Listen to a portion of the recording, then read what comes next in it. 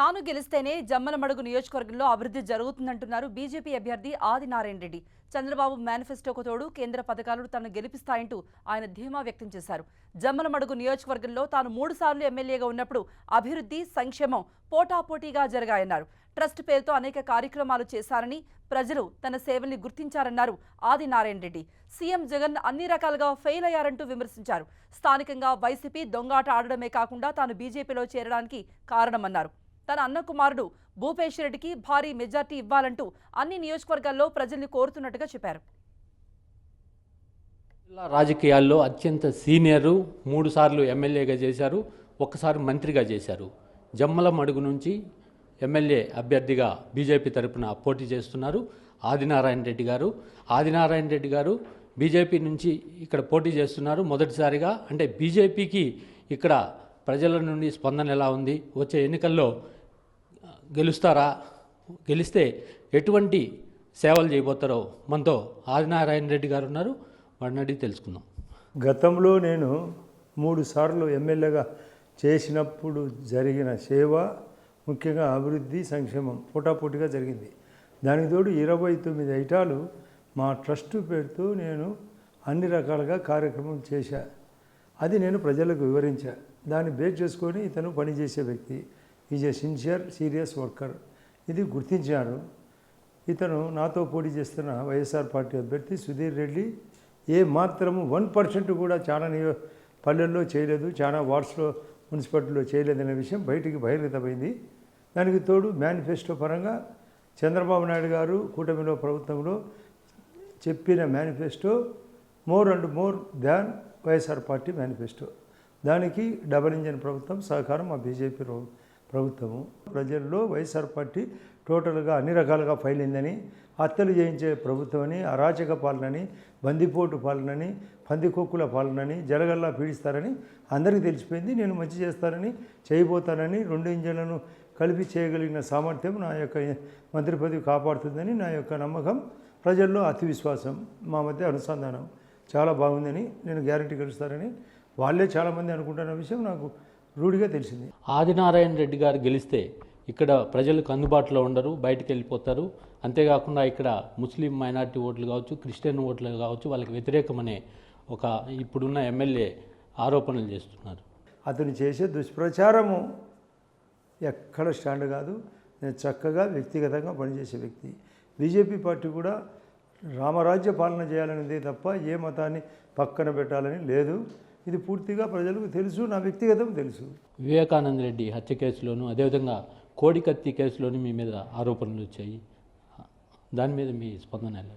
అసలు NIA national investigation agency స్పష్టంగా చెప్పింది కోడికత్తి హై లెవెల్ డ్రామా. కనీసము ఆయన ఆ కోర్టు ఎన్ఐఏ కోర్టుకు రాకుండా దాటవేసిన దొంగ వ్యక్తి జగన్ రెడ్డి.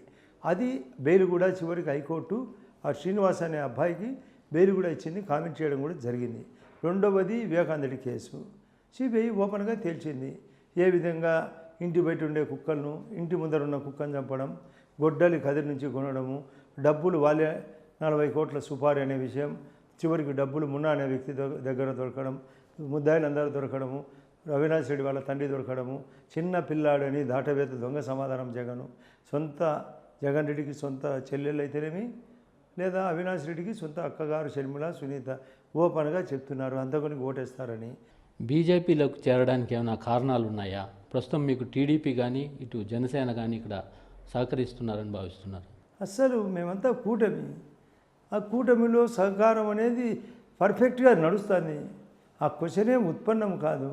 బీజేపీలో చేరడానికి ఒకటే, స్థానికంగా నా మీద ఎన్నో దొంగాట ఆడితే దీనికి సరైన పార్టీ చెక్కు పెట్టగలిగిన పార్టీ బీజేపీ పార్టీ అని నేను బీజేపీలో పార్టీలో చేయడము, సిబిఐ కావాలని డిమాండ్ చేయడం, సిబిఐకి పోవడం.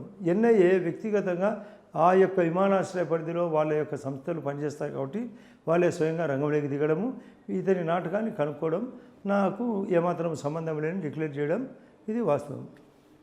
ఇటు భూపేష్ రెడ్డికి రావాల్సిన సీటు మీకు వచ్చిందని, భూపేష్ రెడ్డి సహకరించారని కూడా గతంలో చాలా వరకు చర్చ అనేది నడిచింది. ప్రస్తుతం ఎటువంటి పరిస్థితులు ఉన్నాయి? జమ్మల్ పరస్పర సహకారం, రెసిప్రోకల్. అందులో ఎవరు భూపేష్ రెడ్డి మా సొంత అన్న కొడుకు, నేను ఓపెన్గా క్లియర్గా చెప్తున్నా, భూపేష్ రెడ్డికి భారీ మెజారిటీ ఇవ్వండి.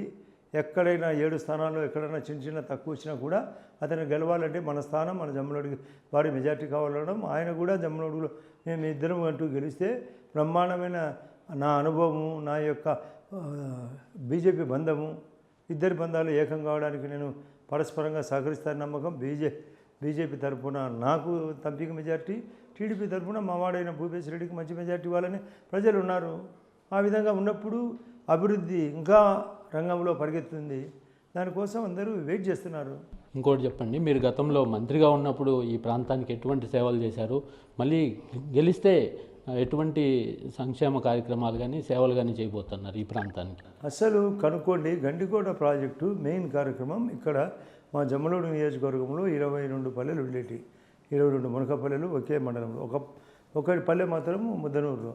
హయ్యెస్ట్గా రెన్యూమరేషన్ R&R ప్యాకేజ్ ఇప్పించడం జరిగింది.